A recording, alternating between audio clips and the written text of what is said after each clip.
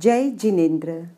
सुबह हुई, आंख खुली तो उजाला देखा, फिर दिन बीता, रात हुई तो अंधकार। ये सब एक ही कालखंड के पक्ष विपक्ष हैं।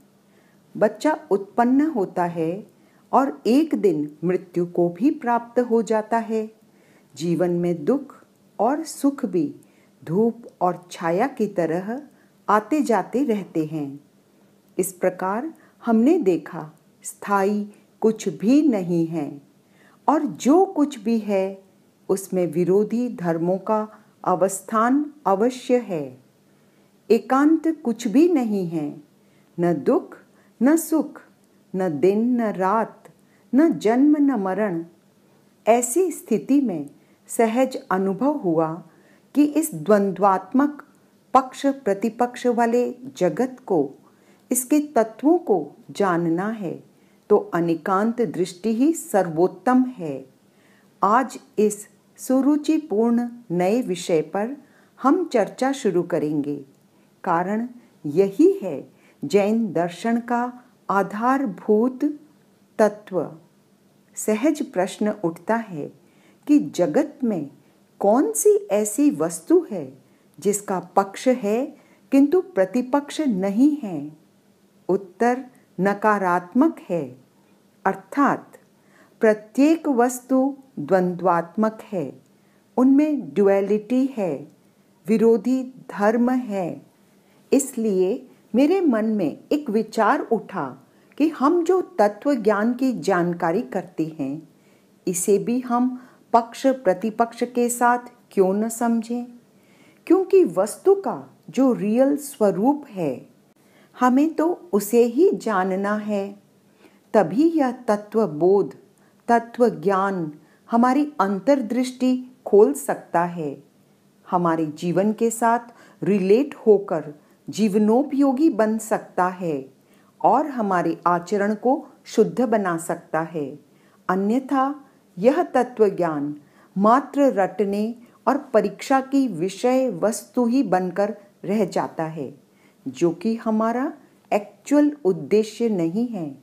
छोटे से छोटे तथ्य को समझें, अंतःस्थल का स्पर्श करें, पक्ष विपक्ष को गुण दोषों के साथ समझें।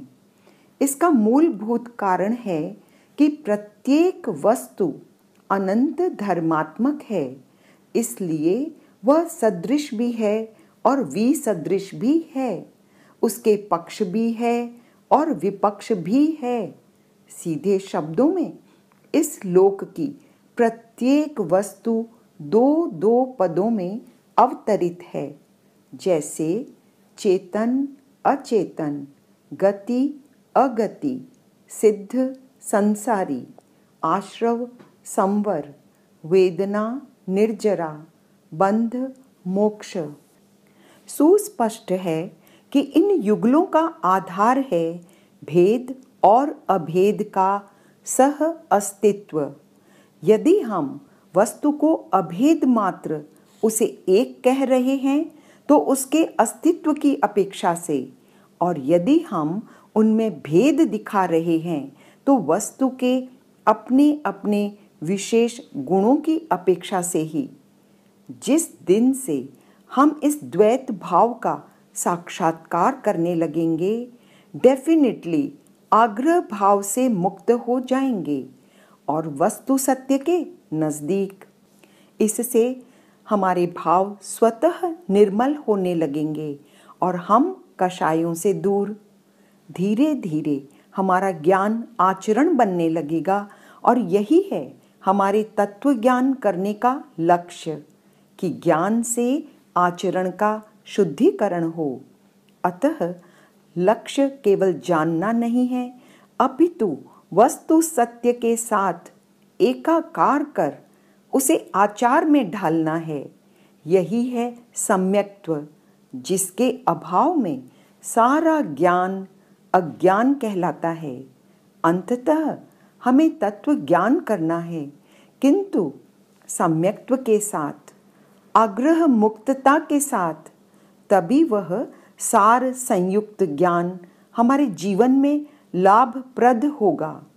वह भाव स्वरूप होगा। कोरा रटा हुआ, थोपा हुआ ज्ञान जीवन में परिवर्तन या दृष्टि में परिवर्तन नहीं ला सकता।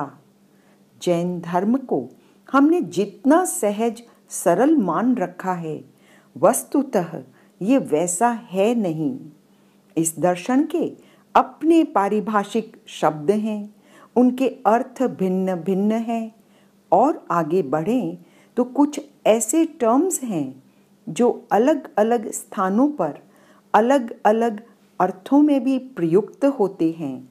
इतना गंभीर, रिच और सूक्ष्म विश्लेषक धर्म हमें बड़े सौभाग्य से ही प्राप्त हुआ है, और उसको समझने का अवकाश उससे भी अधिक स्वर्णिम अवसर कहलाता है।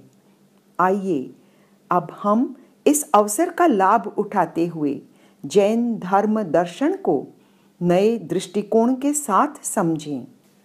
तथ्यों की एक रूपता और विभिन्नताओं को एक साथ समझें ताकि हमारी दृष्टि अनाग्रही बन सके। अंत में यह ध्यान में रखें कि पक्ष प्रतिपक्ष दिखलाते हुए मैंने कहीं संसारी जीवों में प्राप्त विरोधी अवस्थाओं को विषय वस्तु बनाया और कहीं कहीं सिद्ध असंसारी की अवस्था को प्रस्तुत कर विषय का प्रतिपादन किया है। जय जिनेंद्र।